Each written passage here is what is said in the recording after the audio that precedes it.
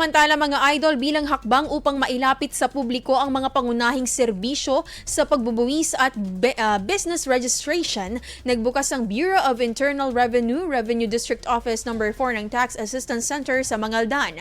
Sa nasabing tanggapan, maaaring mag-avail ang mga taxpayer ng serbisyo tulad ng pagkuha ng Taxpayer Identification Number, business registration requirements, pag-update ng registration records at tulong sa paghahain ng annual income tax return.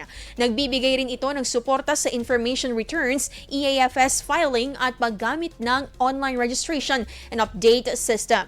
Hinihikayat ng tanggapan na samantalahin na umano ng mga residente at mga negosyante ang nasabing serbisyo nang sa gayon ay hindi na magkaroon ng aberya o pagkaantala pagdating sa transaksyon sa buwis. Isinaad ang schedule ng operasyon ng Assistance Center simula ngayong araw, May 2, May 4 hanggang 7 at May 11 hanggang 15. Pinaalalahanan din ng publiko na ang huling araw ng paghahain ng annual income tax return ay sa May 15, 2026, araw po ng Biyernes. Matatagpuan ang Assistance Center sa BIR Mangaldan Satellite Office to first floor ng Old Presidencia Building at tumatanggap ng transaksyon mula alas 8 ng umaga hanggang alas 5 ng hapon sa mga itinakdang araw ng operasyon.